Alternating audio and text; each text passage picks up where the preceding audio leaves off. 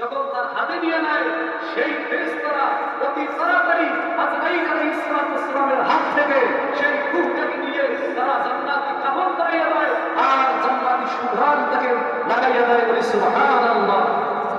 এরপরে সেই রূহটাকে নিয়ে যখন তারা এরকম রওনা দেয় আসমানের দিকে, বিভিন্ন আসমানের ফেরেশতাদের সঙ্গে যখন সাক্ষাৎ হয়ে যায়, সেই মুহূর্তে অন্যান্য আসমানের ফেরেশতারা, বিভিন্ন ফেরেশতারা তাকে ওই সমস্ত ফেরেশতাদেরকে জিজ্ঞাসা করে, ও আল্লাহর বান্দা ফেরেশতারা, ও ফেরেশতারা, এটা কার তোমরা নিয়ে যাইতেছো?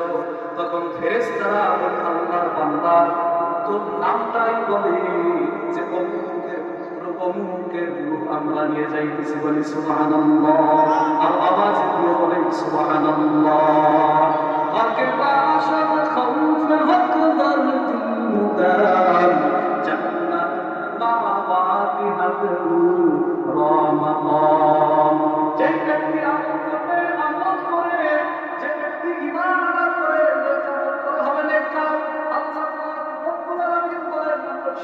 বান্দাবান্দিদের জন্য হয়ে যাব জান্নাতুল ফিরদাউসের জিম্মাদার। বলি সুবহানাল্লাহ।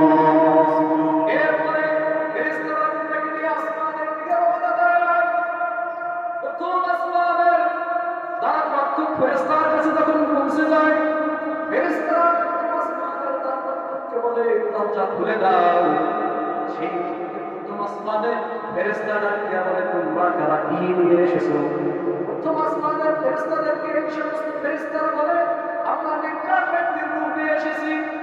একথা বলার সঙ্গে সঙ্গে প্রথম আসমানের দরজা খুলে দেওয়া হয়। বলি সুবহানাল্লাহ। নেককার ব্যক্তির রূহটা নিয়ে প্রথম আসমানে পৌঁছার পর প্রথম আসমানের ফেরেশতারা আল্লাহ ওয়ালা রূহটাকে, আল্লাহ ওয়ালা বান্দার রূহটাকে এরকম সম্বর্ধনা জানায়।